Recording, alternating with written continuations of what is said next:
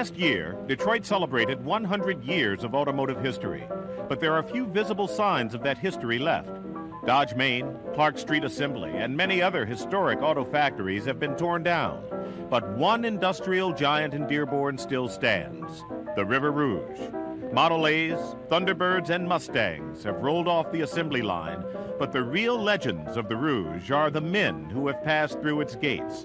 Henry Ford, architect Albert Kahn, Mexican artist Diego Rivera. Walter Reuther made Union history on a Rouge overpass. Joe Louis and former Detroit Mayor Coleman Young worked here for a short time.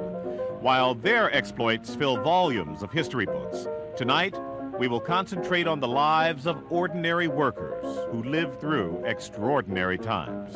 The workers of the Ford River Rouge plant.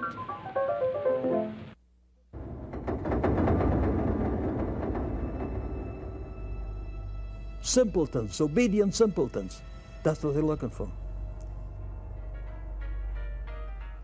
And you see that exemplified in the Charlie Chaplin picture, where you see Charlie after 8 hours on the assembly line, and both of his hands go through a jerky screw motion, because that's what he did all day.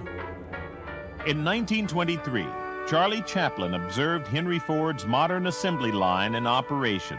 63,000 workers building the world's most popular car, the Model T. The assembly line changed history, and it changed the lives of the $5 a day workforce that so desperately wanted a job. Italians escaping fascism, Russians fleeing the czars, Southern blacks seeking opportunity and equality, workers separated by language and culture, but united in the search for a better life for themselves and their families. For many, that search would lead them to the gates of the River Rouge plant. This is a story about those workers. We came over to Ellis Island. That was in 1910. My father was born in South Carolina. He came to Detroit, I guess in 1921 it was. I was born in Ravenna, Italy. My father was born in Winton, North Carolina in 1906. My father was born in a small town in central Mexico. Well, he ended up in Detroit because they heard that he was hiring at Ford, and they were making good money in those days. The automobile industry was attracting all sorts of people. Anybody who, people were looking for work.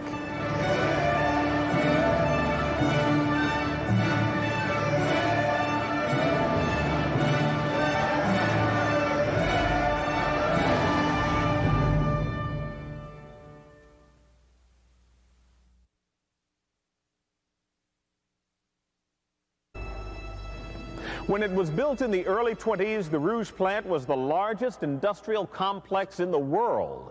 It was the fulfillment of Henry Ford's dream, the symbol of prosperity for Detroit, the inspiration for Diego Rivera's murals at the Detroit Institute of Arts.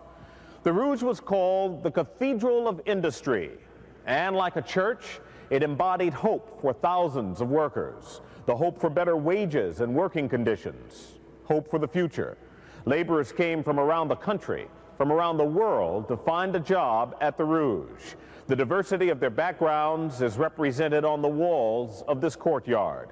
Their common experience is illustrated by the formidable power of the machines, the strain of their muscles, the look in their eyes.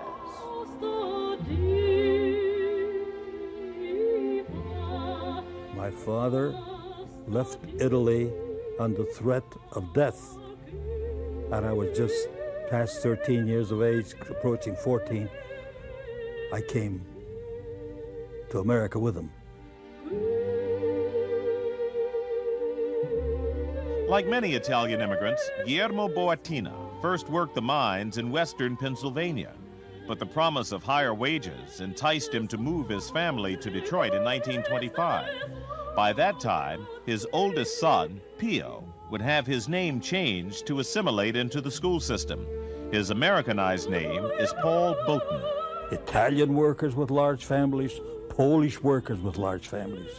Ford liked large families. Also, Ford expected this type of European worker to be subservient.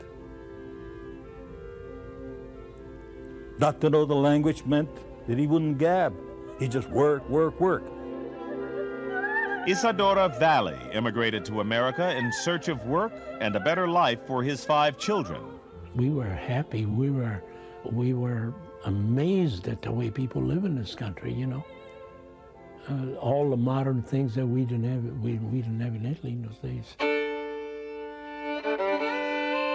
Modern mass production was ushered in by Henry Ford at the Highland Park plant. Over 15 million Model Ts were built here during its 14 years of operation. History was changed by this assembly line and this car. But never one to dwell on the past, Henry Ford envisioned a factory that could produce every component of an automobile. That vision began to take shape in 1917. It would rank among the 7 wonders of the world, I suppose, in terms of industrial history. In 1918, the Rouge factory was used to build anti-submarine boats for the U.S. Navy. 2 years later, 2.5-year-old Henry Ford II flipped the switch to ignite the blast furnace. The world's largest foundry and power plant would follow. Actually, there's nothing really like it before or since. It was a facility that could take raw materials right off the boat and from the train load and produce a finished car at the other end of the process. And there's nothing really that's ever matched it in terms of its capacity to integrate virtually every step in the process of making a complex metal machine. The machine that defined the pioneering days of the auto industry was quickly becoming outdated. The record sales year for the Model T was 1923, when more than 2 million were sold. But it began to lose out competitively after that. In the spring of 1927, the last Model T rolled off the assembly line in Highland Park. Car production shifted to the Rouge, and a sea of men surrounded its gates on Miller Road, hoping to get hired. Among the hopeful, the son of a Scottish electrician. I tried to get a job at Rouge.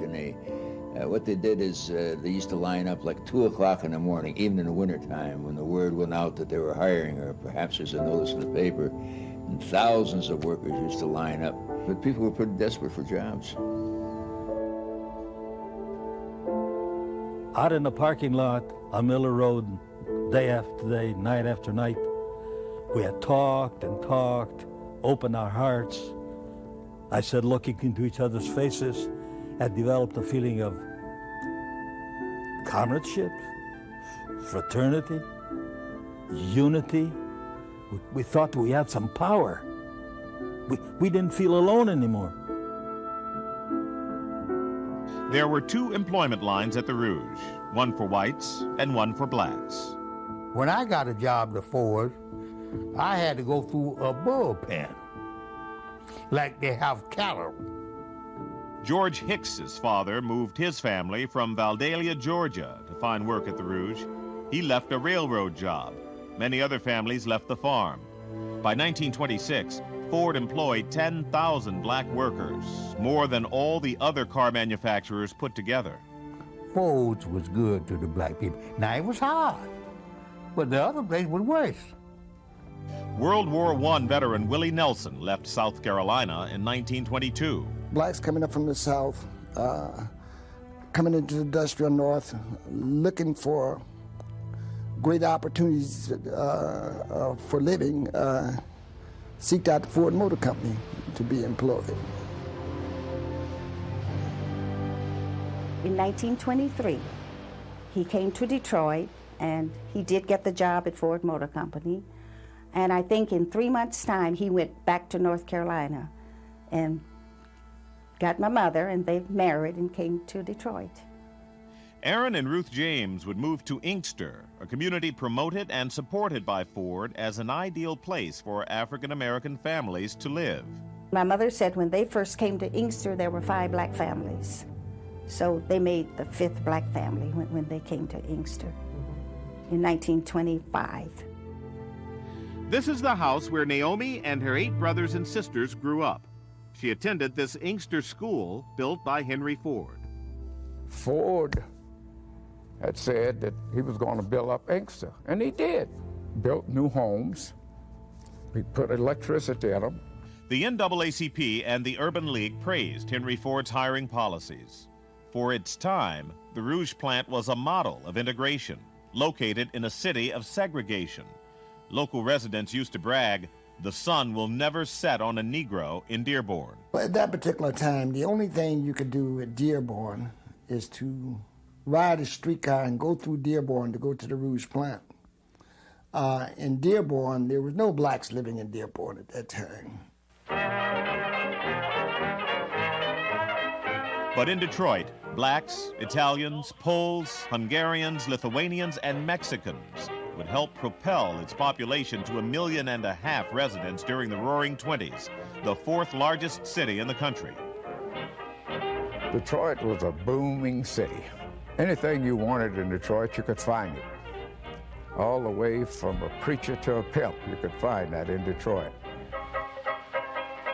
And people were finding jobs, homes, recreation, the good life. It was a time of unprecedented prosperity and unlimited opportunity. I recall in 27 and 28, and even in the first months of 1929, big continuous afternoon seminars advertised with headlines. They gave you the impression that in America, everybody can become rich. Anything seemed possible in Detroit. The magnitude of those possibilities seemed to be embodied by the sheer size of the Rouge. One writer called it the most significant public monument in America. When you worked the Ford Motor Company, that was just like king. I wore my badge to church almost. That badge was just like you. That was something else to work the Ford Motor Company.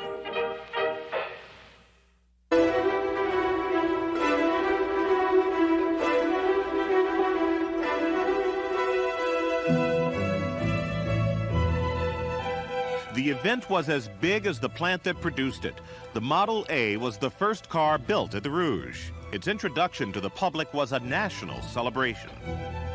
The Model A introduction was a phenomenon that has not been seen in business before or since. And the plant was nearly as famous as the car. The Rouge was easily the most visited plant in the world.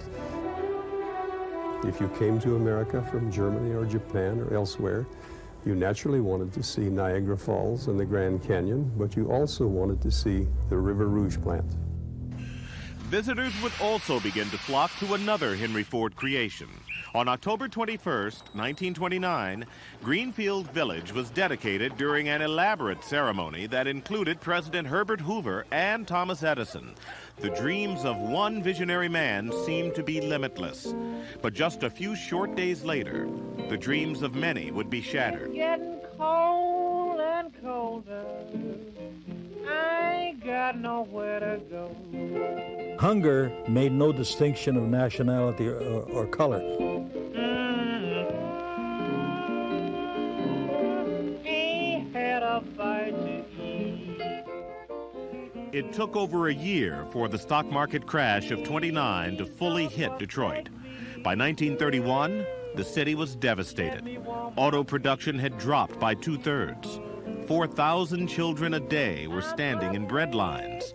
The few jobs left inside the Rouge were for sale. People that knew people in the Rouge were selling jobs. You go down there and pay him, I don't know, different prices, $25, $50. He would give you a letter, and the Rouge would honor it. Lord have mercy. Hector Boughton went to a Ford dealer in a desperate search for work. In 1932, he actually plunked her down on the invitation of some salesman that if he plunked her down $300 on a Ford car, he'd have a job. He plunked her down $300. He worked a week or two. Then he was left without a job and payments on the car. He lost the car.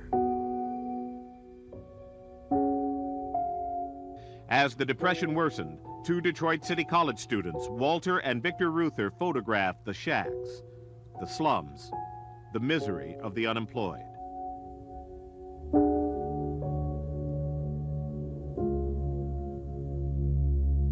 Henry Ford saw a different picture. Well, I think everybody's decided that they've got to go to work. And I think from now on, there's no one can stop this great country from going ahead. Henry Ford tried to deny the Great Depression at the beginning. He had the feeling that if we all just worked hard, everything would turn out all right. The search for jobs went beyond the gates of the plant and ended up on the doorstep of the church. We had a priest who was selling jobs at Ford's. Would you believe that?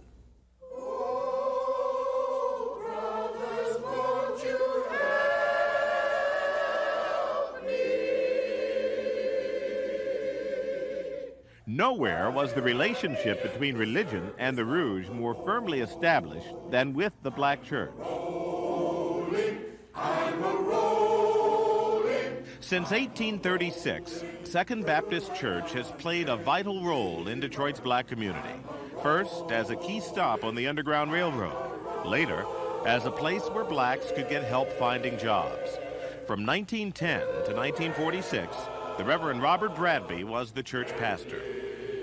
Ford hired him to be the troubleshooter, and as such, he could recommend people that needed jobs. So every black then that wanted a job at Ford had to go through Bradby. A similar relationship was forged between Ford and Father Everard Daniel of St. Matthew's Episcopal Church. With Father Daniel, he was the one who taught them how to fill out an application if it was needed, how to dress, how to talk. Many of them who had come from the South had not had any education, you see. But those who had, well, they helped the others, you see.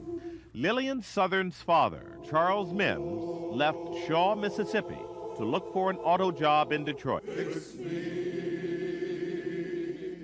He was a member of St. Matthew's Episcopal Church, and it was through Father Daniel's contact with Don Marshall, who was in the employment office at Ford at the time, who helped get him the job. Don Marshall was a black guy working in the employment office.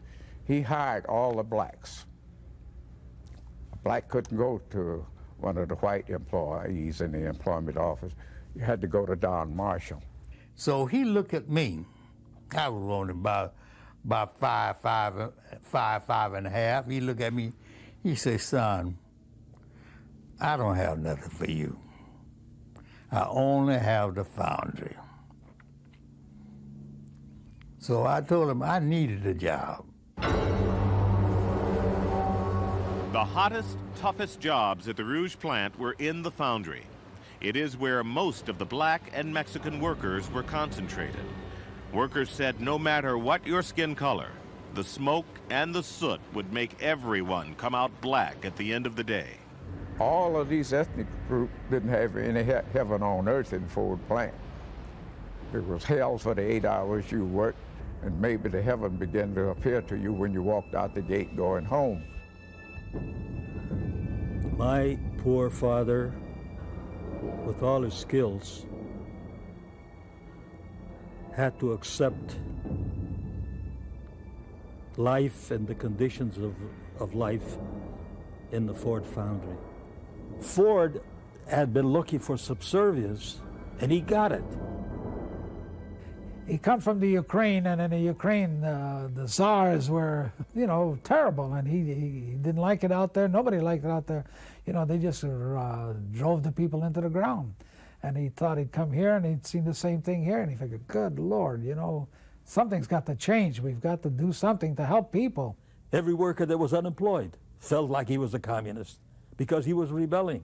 I would say they were radicals. I mean, they believed, and my grandmother was what they call a fervente comunista, a fervent communist in terms of her beliefs. Sam and Hannah Bussell left Russia and came to America in 1910. Their grandchildren believe they left Minsk to escape the oppression of the Tsar. The Bussells raised 3 sons while living in Detroit: Ben, Harry, and George. it's pretty much agreed in the family that he was the more idealistic of the three sons. He joined the Young Communist League with his parents' approval. His mother was happy to see him working out her ideals. Communists and socialists found an open ear among jobless and hungry workers. There was no escaping the harsh reality of the Depression. Even Henry Ford couldn't ignore it. With sales quickly evaporating, Ford stopped making Model A's in the summer of 1931. He loaned the city of Detroit $5 million and opened commissaries in Dearborn and Inkster. Each of us that were big enough to walk, we would walk down to the soup kitchen, we called it, and they would fill up our pots with soup and we'd bring it home, and that would add to our meal. The Ford Motor Company had a commissary, so they called me up and said, get yourself a wagon, come down there with your mother. We'll give you all the food you want, and when we put you back to work, we'll take so much out of your pay. So I did that. 3/4 of the Rouge workforce were without jobs during the winter of 1932. The same immigrants who had come to America with high expectations a decade earlier were despondent and angry. Those that had walked on Miller Road during those years, 25 and 26, looking for a job, now remembered that the answer to Henry Ford, that everybody that was laid off was lazy, required them to present a petition to appear and march on Miller Road as testimony to the fact that they were willing to work, and they demanded work. Regretfully, they went there to get a job, and instead of that, they got led. On a cold March morning in 1932, an estimated 3,000 demonstrators gathered at the Fort Street Bridge, intent on marching to the employment office at Gate 3. Every nationality in the world that had came to Detroit was involved in that march. One of the hunger marchers, 16-year-old George Bussell. The way I understand it, that when they were lining the marchers up, that they wanted young men to come up in front. And George, being a young kid and probably not conceiving of how dangerous it could be, volunteered. Waiting for the marchers, 40 members of the Dearborn Police and Harry Bennett, the head of the Ford Service Department. The protest was met with tear gas, fire hoses, and bullets.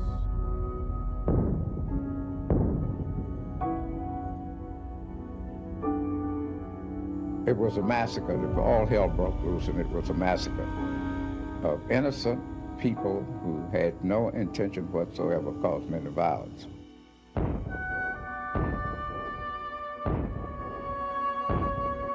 What did I think of it? I thought they were, well, they weren't human. They couldn't be human to shoot them, men, women, and children down like flies. The aftermath of the bloodshed, 5 dead, 20 injured. Among those killed, George Bussell. My father did remember that he came home. He hadn't known what had happened, and he came home and found his father crying. It was the first time he'd ever seen his father cry.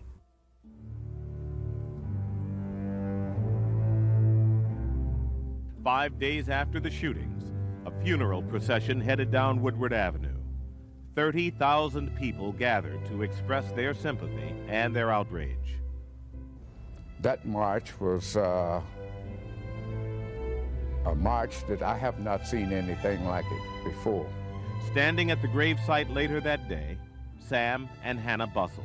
She wanted them buried in Windermere Cemetery, and she's responsible for them being buried there so that they'd be within sight of the Rouge plant. While the city was in mourning, Wayne County prosecutor Harry Toy arrested 60 marchers, shackling 2 of the wounded to their hospital beds. All this talk about foreign agitators came to nothing because it was local people, people of Detroit. Local 600 was born in blood. That day on Miller Road, when blood was shed by both black and white, it carried over to the organizing drive at Ford.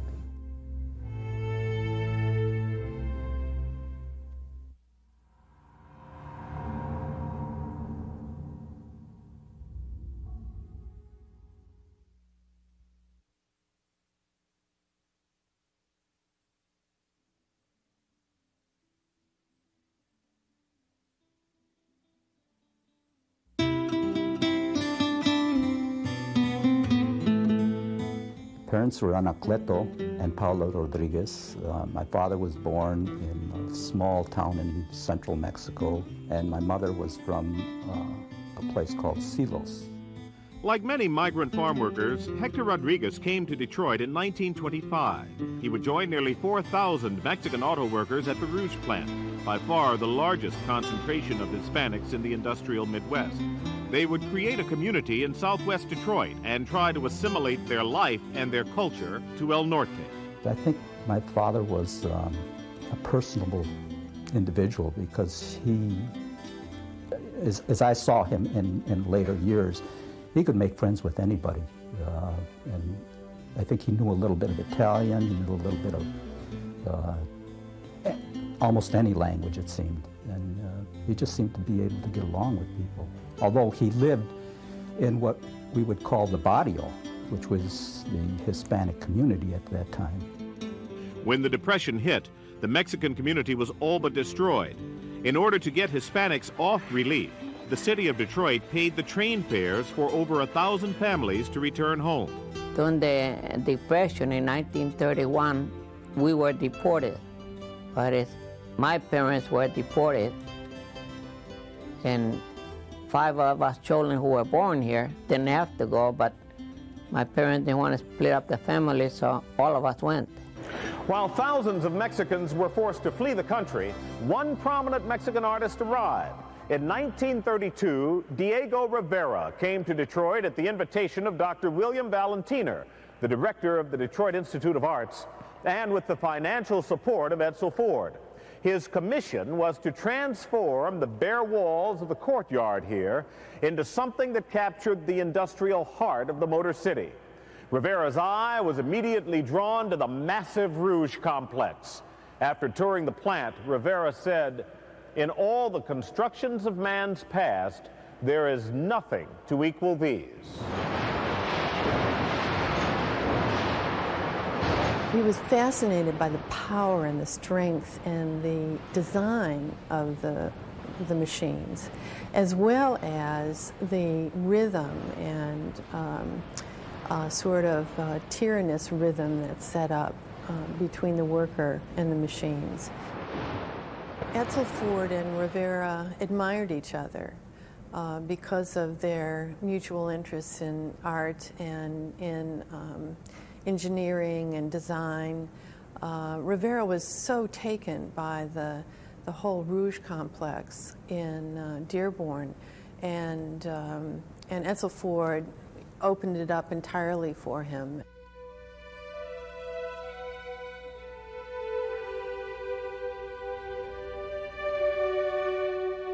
On July 25, 1932, the Mexican muralist who never drove a car began painting his impressions of the world's largest car production facility.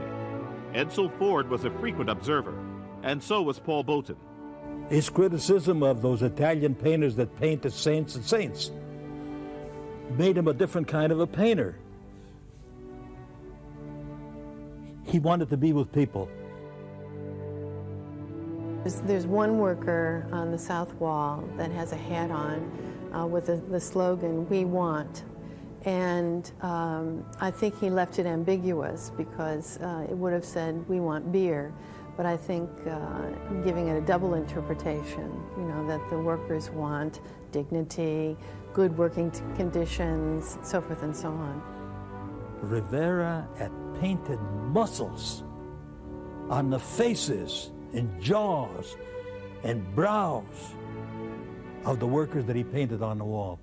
There is a sense that the machines dominate them. And so he was comparing these machines with the creative and destructive forces of the cosmos.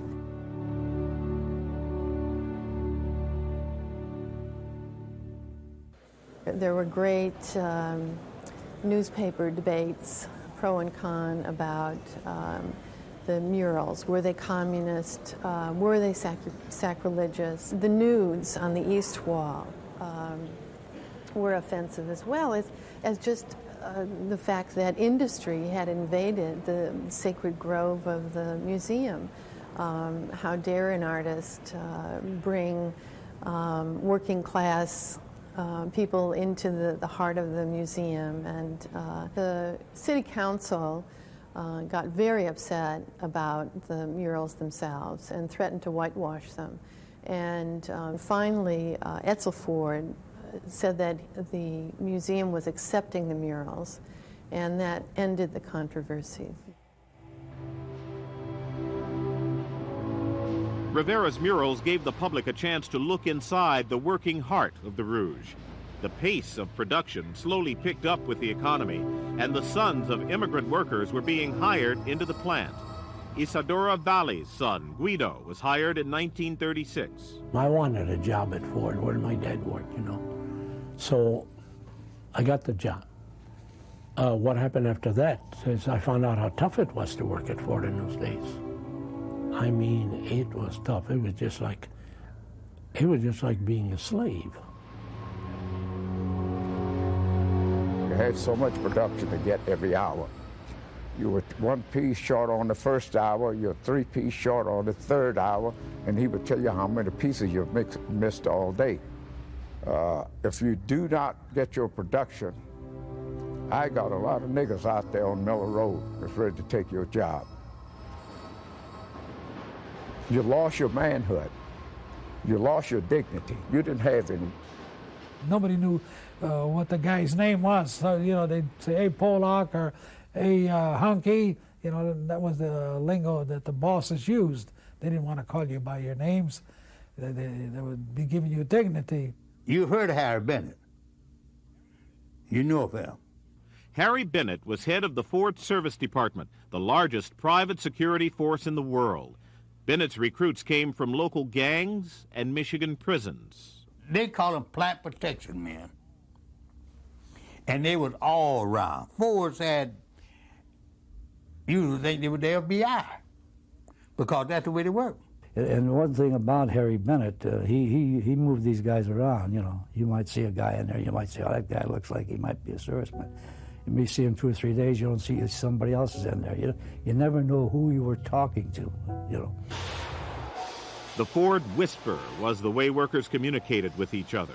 Talk was dangerous, especially if it was about a union. You lived in fear because of the rules that they didn't have. I wouldn't say rules. They made up the rules as they went along in those days.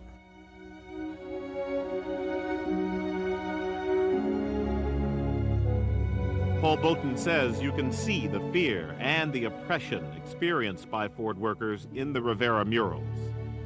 Not one single smiling face is on the Rivera murals, but he has the presence of tall servicemen, well-dressed, with tie on, servicemen all over, surveying the scene. He knew, he identified, he felt for the workers.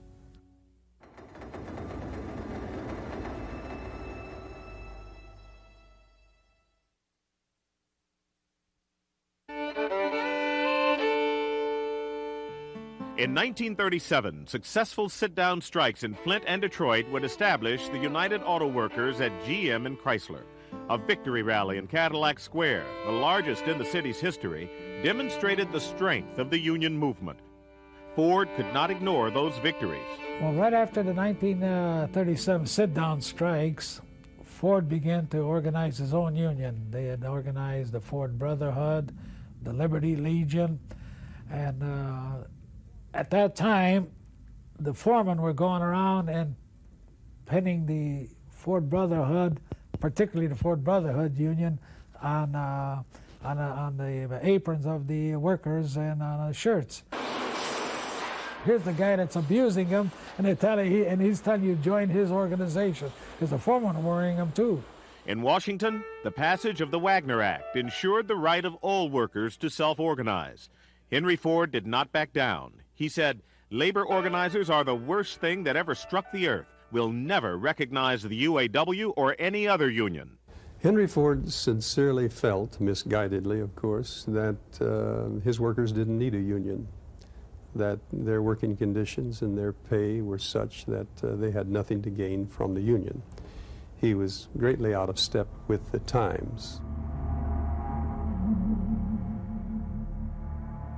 Ford had a unique approach in that, unlike General Motors and Chrysler, he was prepared to use illegal methods and a heavy dose of violence to discourage people from identifying with the union.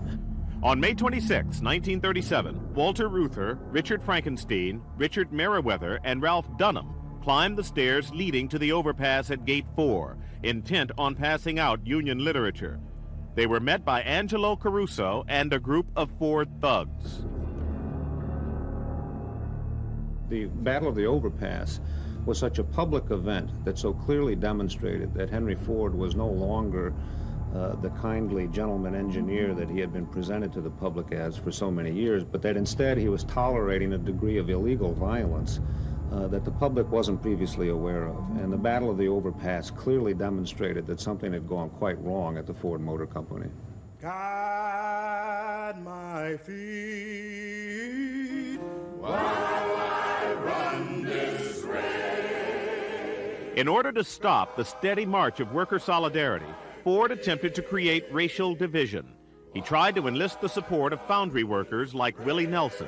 He himself was recruited back then, I guess maybe 37, 38, to be one of the servicemen.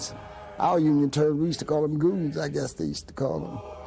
But anyway, he turned that down because he didn't want a part of it. Donald Marshall appealed to religious leaders to fight the unions from the pulpit.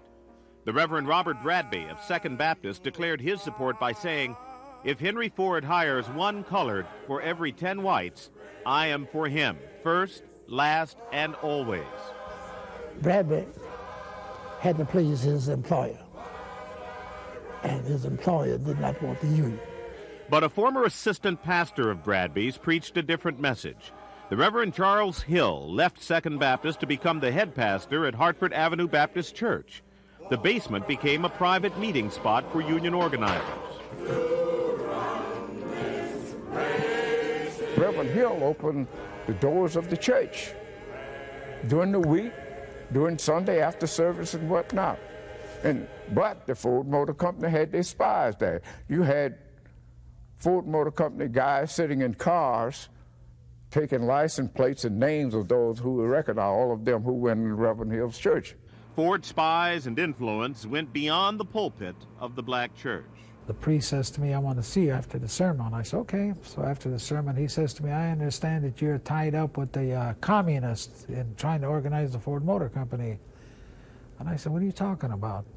How he knew, I don't know, but they had their ways.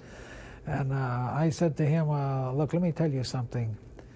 You're not part of the Ford Motor Company. I don't want you to stick your nose into our union activities, and we're not going to stick our nose in the church activities. You run your church, we're going to run our union."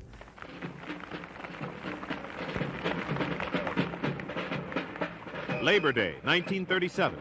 Workers triumphantly marched down Woodward Avenue for the first time in 20 years. GM and Chrysler workers openly displayed their freedom and pride. Ford workers marched in fear. The Ford workers were not organized. And I can recall we had a little Ford contingent there from the Rouge, but they had masks on to hide their identity. Henry Ford didn't try to hide anti-Semitic feelings toward what he considered to be the Jewish communist conspiracy trying to destroy his company. On his 75th birthday, Ford accepted an award from a distant personal admirer, Adolf Hitler. Ford was foolish enough to accept it. People told him to reject it. He said, "No, they want to give me this ribbon band and I'm going to keep it." The upshot was a boycott of Ford products by Jews, the most complete ethnic boycott in the history of this country. Public opinion was slowly beginning to turn against one of the world's most admired men. The UAW put the full force of its organization into the Rouge. Political dissension inside the ranks of the union slowed their progress, and so did the determination of Henry Ford. At the Ford Motor Company, Ford said he would shut the place down. He would move the place away. And the workers had to go on strike. April 1, 1941. Just after midnight, 50,000 workers walked off their jobs at the Rouge plant. The courts had ruled that sit-down strikes were illegal, so the UAW formulated a new strategy. Picket lines formed a human barricade around the plant to prevent cars, trucks, boats, and people from getting in. A union means united we stand, whether you're black, white, green, or red.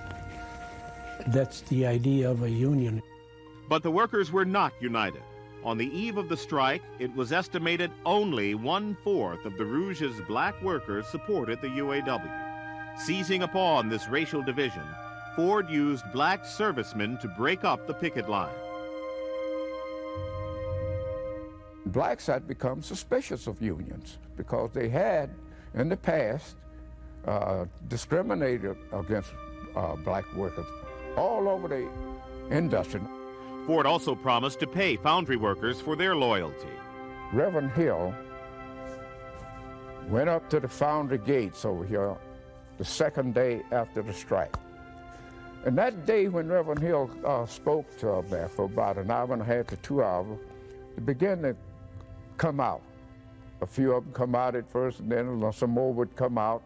And Reverend Hill had told the white organizers at that time, when they come out, embrace them, don't try to fight them, you know, and it did. George Hicks was one of the foundry workers stuck inside the Rouge when the strike began. I was in that plant, and my wife got angry with me because I didn't stand, because most of the guys got enough money to buy my car. So I sneaked out the plant. I wasn't going to be hung up in there.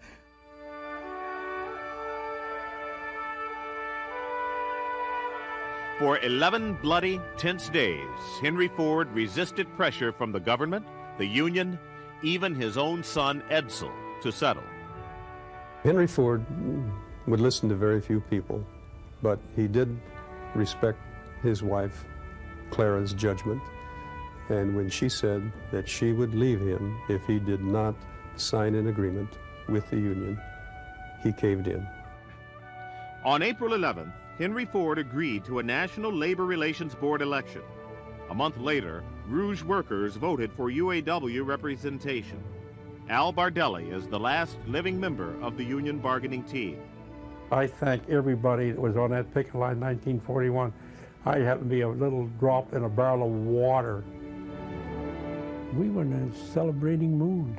The union is here to help us, you know. Now maybe we can work like human beings instead of slaves. Thousands of miles away, union activist Walter Dorash read about the UAW's victory in an army barracks. April 1st, 1941, I was in the Army. I was drafted. At that time, they weren't discharging the organizers. They were putting them in the Army. Before the year would end, thousands of Rouge workers would join Walter Dorash in the service. The same laborers who fought for freedom and opportunity inside the workplace would soon fight in a larger war. December 7th, 1941, a date which will live in infamy.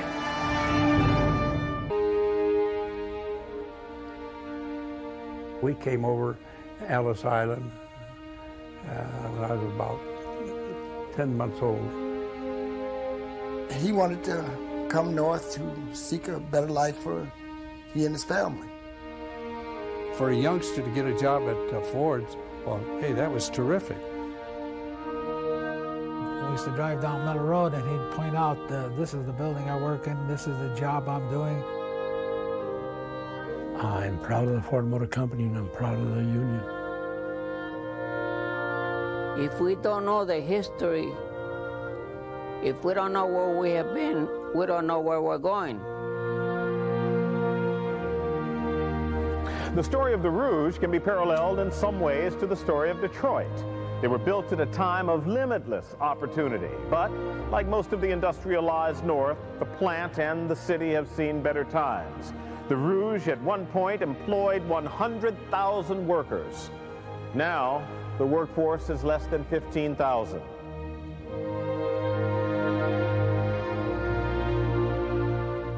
Still, a rich, spirited history remains rooted in thousands of Detroit families to this day.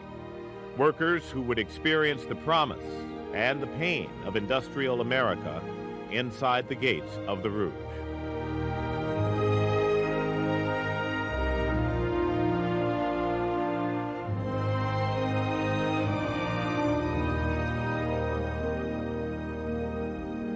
Mexican artist Diego Rivera was fascinated by America and one of its most monumental symbols. He said, "Here it is, the might, the power, the energy, the sadness, the glory, the youthfulness of our land."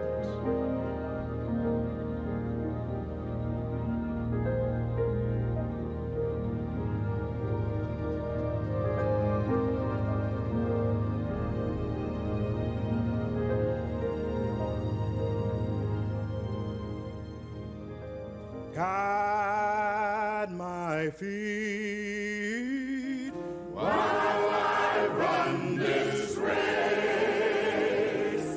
Guide my feet while I run this race, for I don't want to run this race in vain. I'm your child while I run